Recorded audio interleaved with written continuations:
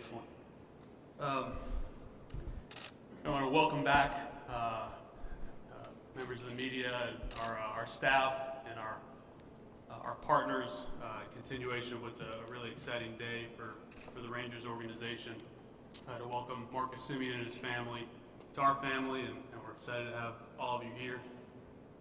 It's not too often that you get to say somebody with the on-field accolades of Marcus, the All-Star, Gold Glove, Silver Slugger, MVP candidate, the Major League home run record holder at second base, all the things that he's accomplished on the field that legitimately get outshined by the type of human being he is, what he stands for with his family and the values that they stand for, the type of teammate and example that we believe he's going to be for so many Rangers, current and future. We had heard unbelievable things about Marcus throughout our due diligence process, dating back years at this point. Obviously, our group has competed against him across the field for years in Oakland, in Toronto. He's been a leader in both of those clubhouses. This is a talented individual that has truly made himself better every step of the way as he's been exposed to different resources in the game. You see some people that maybe don't take full advantage of him. This is somebody that has taken advantage of everything that he's had access to. The drive, the pride, the competitiveness just really stood out to us. And Marcus was our first in-person meeting in our free agent process here a couple weeks ago. And again, we had high expectations going into it, but we were blown away. And Woody, CY, and myself walked away from that meeting and said, this is our guy. This is our guy, and we were just absolutely thrilled to think about him in a Rangers uniform and what he's going to mean for our organization, our team, and our fans in our community. So I'm going to turn it over to CY here, but very excited to be part of this here with Marcus today. Thanks, JD. There's not a whole lot I can add because I think that what JD just summarized in terms of Marcus, not only the player, that speaks for itself, but the person, the leader, the family man, all the intangibles that we could ask for in a player and a leader, Marcus embodies. And I think that is a huge factor in our decision to pursue Marcus in free agency. And I can speak on behalf of the organization when I say we are unbelievably excited to welcome Marcus, his wife Tara, his boys Isaiah, Joshua, and Eli here, mom and dad, Damian and Tracy. Welcome to the Ranger family. We feel like Marcus is the right person to help take us to where we are looking to go in winning championships and doing something that no Texas Ranger team has ever done. And I spoke earlier as to how the presentation went in these meetings, and I think Marcus gave perhaps the best answer and was all in, saying I'm not afraid of that. He's a winner, and that's why he's here. So it gives me great pleasure to announce the newest Texas Ranger, Marcus Semien.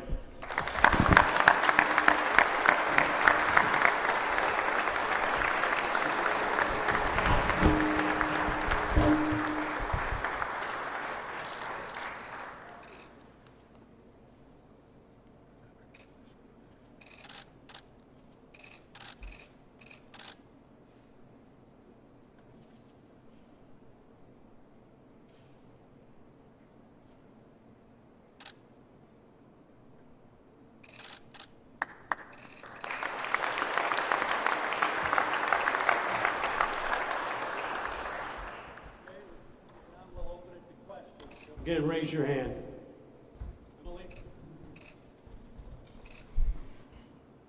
Marcus, the front office guys have talked about how this, challenge isn't for everyone. A team coming off 102 losses.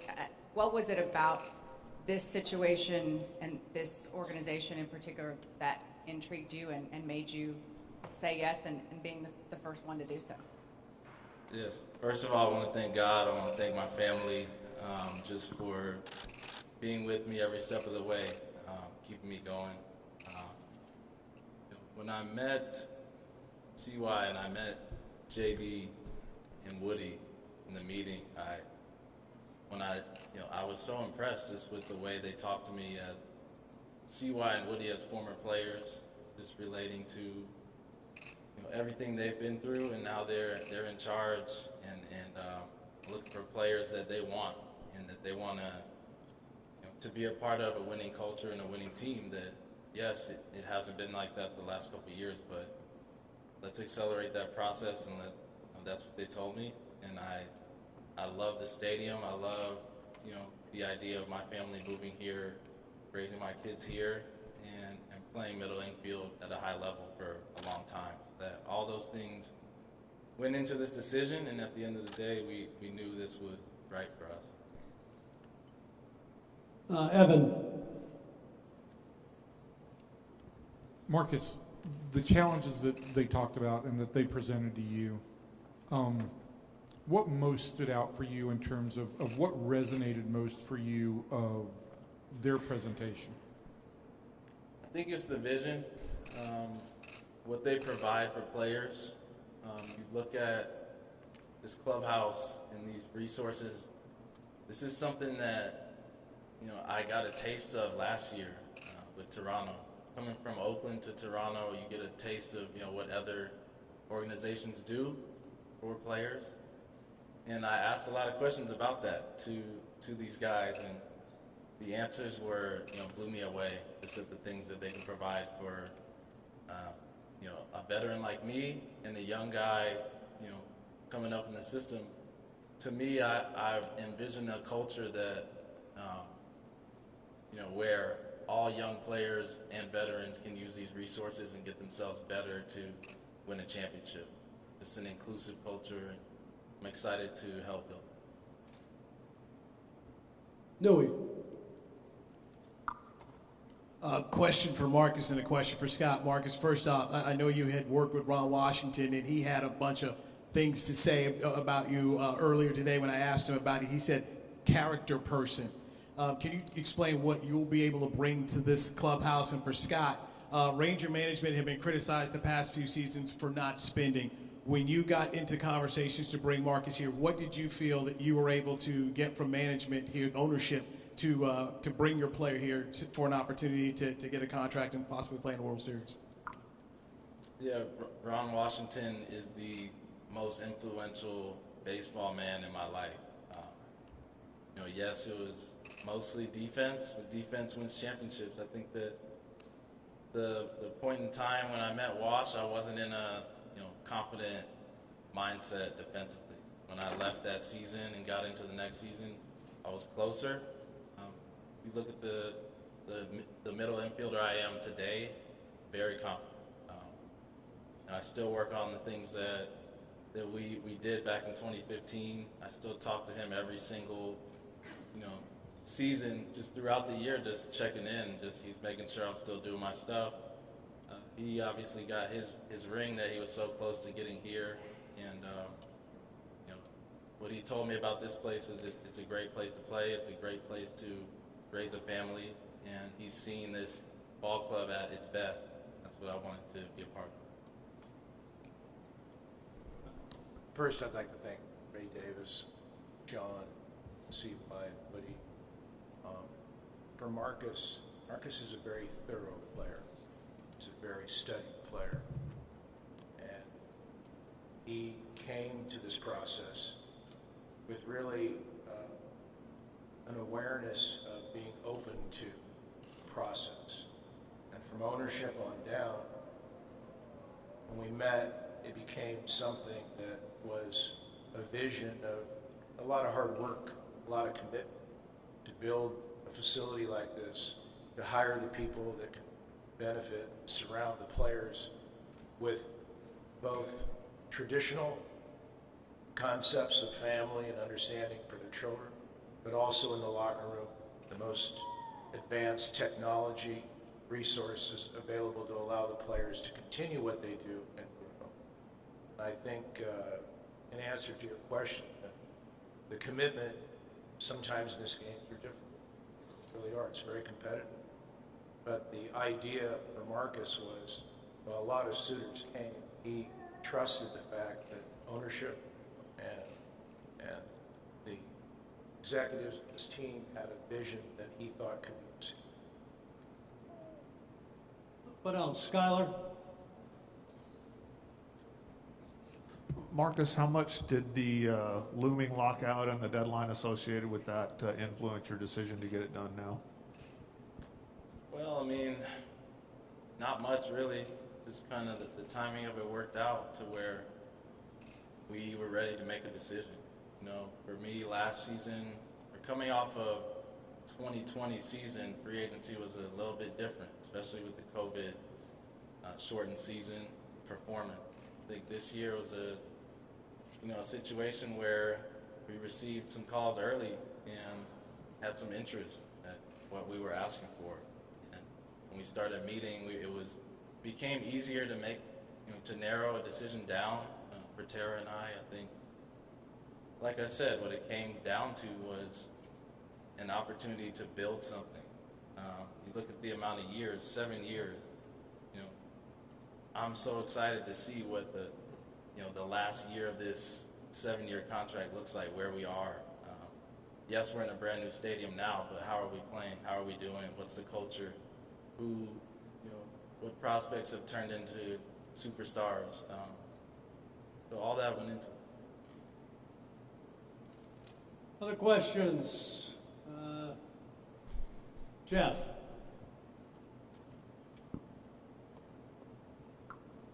You keep saying middle infielder. Do you have a position yet with the Rangers? Yeah, I think I'm playing second. Early when I first signed, I was the first guy, and I had done both. So, last year I felt great at second base. Obviously, defensively, I was able to win a Gold Glove, swung the bat better. So, it's a place that I'm still learning, but I feel like I learned some things really fast, and I was able to execute them. With the coaching staff in Toronto, I'm really happy to work with the guys here and see what else I can do. Let's go with Stefan. Marcus, you referenced the fact that both Chris's are former players. What was it about those conversations with those guys that really attracted you? Well, their vision was the same. They want to build something right now and change this culture, turn it into a winning culture right now. Yes, when a current player talks to a front office member and they're a player, it makes things a lot easier because he's been exactly where I've been for a number of years. We played against each other. And then Woody, a really good big league player as well that you can come to and ask him anything you want about certain situations you're feeling in the moment, and he's been there and give you an answer. And he sees it from the dugout right now, but he's been there before. I think that will help all of them. Chris? Hey, Woody, this one's for you. Not only the impact that Marcus will have on your lineup, but to stay on the culture train. What kind of impact does Marcus make? Not only, like I said, not only in the lineup, but in the clubhouse and on the rest of the team. Jeez, that's I think when you look at what we want all of our players to become, Marcus represents, and I say that with all honesty, like who this guy is, what he stands for. You look at his family and how much things mean to him. We just talked with Cole Calhoun about the same thing, and to feel that from him and to see how much he's improved over the course of his career, and that was just through sheer work. I watched it. I was out on the opposing dugout watching him work every day when things weren't great or when things were good. I mean, this guy's relentless. And then to hear all the background, talk to the guys in Oakland, talk to the guys in Toronto, guys that I really trusted, who understand, the vision that I have, that we have, for what we want our players to be. And then to hear Marcus, like JD and CY both said in that meeting, we all came out of it going, I had the highest expectations you could possibly have for a player going into that meeting, and he exceeded. So that should tell you something. And the impact he's going to have, he doesn't have to say a word, honestly. I'm not asking Marcus to be anybody but himself, and that's going to be enough. But the fact that he says, to me and to us, like, I want to lead. I want to share these things. I want to talk to our players. I can't wait to build something. These are things that aren't normal for players. Most players are pretty, hey, I want to make sure I take care of mine. I want to make sure that I'm the best player I can possibly be. He's going to do that. I trust that. The way this guy plays the game, he doesn't take a pitch off. It's all the things that I've asked our players for 3 years to do. And listen, our players did that. But now they have an example on the field. We have a pillar on the middle of the field that everybody looks up to. That, frankly, he'll put his arm around players and say, hey, like, I've been in your shoes. I've struggled at times. I've been great at times. Like, this guy's one of the best players in baseball. And to have him on our team, it is a little bit like I keep waiting for somebody to pinch me and tell me this isn't real, because this is the type of player that you build around, and he wants that. It's just a rare combination of a lot of things, and I'm like, I think he's a perfect fit for our culture and our team, and just deeply grateful that he chose us. And I told him that he was the first real pillar to kind of cement himself in the Texas Ranger uniform. That's very special to myself, to JD, CY, the entire organization. That he took a leap of faith on us because he believed in what we're building. Let's go back to Evan. Hey, Marcus, Chris I talked a little bit about this when he said that he laid out everything to you and you said you're not, or maybe it was JD said you're not afraid of any of that. You said you were not afraid of any of that. But as this team is laying out where it's coming from and where it's going, Scott mentioned you were open to the whole process, but was there any skepticism about taking the meeting with the Rangers in the first place? And how did you react when they started laying out a very transparent vision of where they were and where they're going? Yeah, I mean, for me, it's always been a place that I love playing in as a road player. So a lot of times you go through the process and say, well, where did I play well, or where did I like playing? That was number one. Number two, of course, you look at the record last year, whatever. But like I said, the 7-year deal part of it, you have to look past where the team is right now sometimes. I think that what I heard was that they wanted to add top of the market players, not players. And when you hear that and you look at the names out there and you imagine playing middle infield with Corey Seager, I think it makes things a little bit sweeter. We talked about it as a family, and from a family point of view, the DFW area checks all the boxes for us. Yes, I got to play in my hometown in Oakland, which was the best thing any major league player could ever do. To play in front of my parents and my family so much, but being part of the Rangers and knowing that this new beginning for our family is the reality is so nice. What else? Back to Emily. Marcus, I'm not sure if it was the guy on your left or the guy on your right, but I heard on a radio interview today, and they mentioned you as kind of not a hybrid, but traits of Michael Young and Adrian Beltre. And those are two really well-respected and big names around these parts as far as their leadership and what they provided in the clubhouse as well as on the field. Is that when you talk about that leadership aspect, is that a position you've been in before that do you feel like you'll excel in it, and how do you view your leadership style? Yeah, I mean, those two are, I played a lot against Adrian, but I watched Michael play so much, and I admire his game as a middle infielder. But yeah, I think for me, I've learned over time how to lead.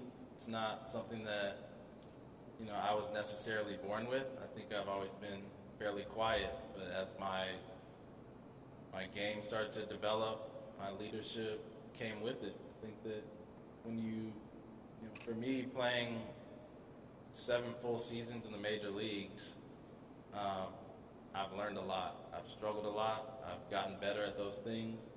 I've propelled myself into conversation of these guys we're talking about, these free agents.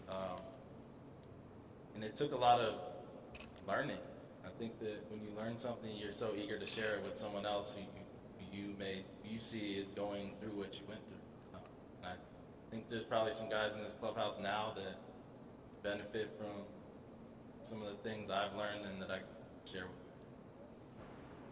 Other questions? Kennedy.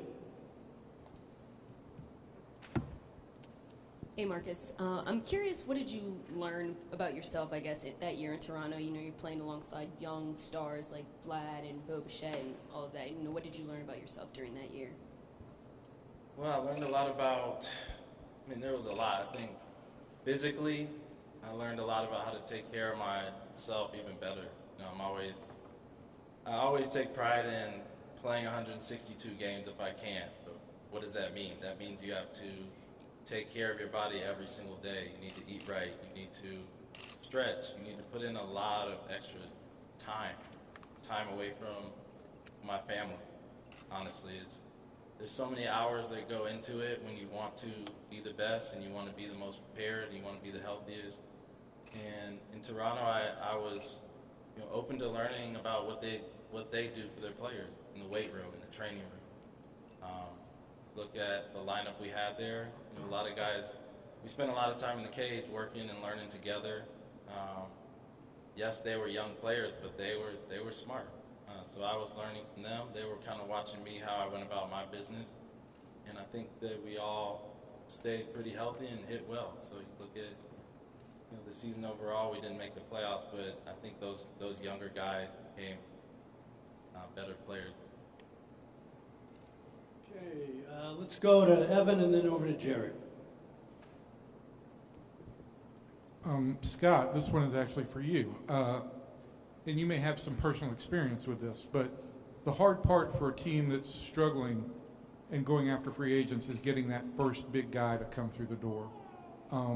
In convincing Marcus to come here, how much easier does it make for the Rangers to get traction with other guys? Well, I think a lot easier. That's mainly because when Marcus signed here, he called me 3 times a day to make sure that Corey signed here. So, and when you have an important client doing that, believe me, it's impactful. So, in the player community, of course, it's really about how they evaluate the people they're going to be playing with and what they can do collectively to achieve their objective. And when John and CY and Woody came to us and sat down, they were most earnest about, we're not here to sign players, we're here to sign the best players. And I think that message impressed upon Marcus and Tara to the point where they were very serious. We talked about, ownership's approval to their plan and what they've done and how this has been really evolving since CY and John got together. And it became something, I think, where in the end, Marcus, and again, it's very hard to win players. There's a lot of teams that want players that demonstrate what Marcus has as leadership. But to really win the day with, it's about what Marcus believed from the people he was talking to and dealing with. I think John and CY's message was something that Marcus, Tara discussed and said, we trust these people. And certainly they have, in a very short period of time, backed up what they told Marcus they would do. Jared? Marcus, not to re-ask a question you've been asked, but to not only choose to come here, but to do so without any opt-outs, what was it about this that made you feel comfortable to make that sort of a commitment with no room throughout the 7 years to bail out if the situation presented itself? Yeah, I haven't really thought about that. The structure of the deal is 7 years, and it's in a place that my family and I wanted to be. As a veteran player, when you get that opportunity, and you think about everything that it could be, it becomes an easier decision. I think that, of course, when you hear, yes, the team wants to add, the team wants to win, those are things that at the point in time where I'm at in my career, that's exactly what I wanted. Other questions? We good? Okay, we will have our next introduction here in just a few minutes. So, thank you.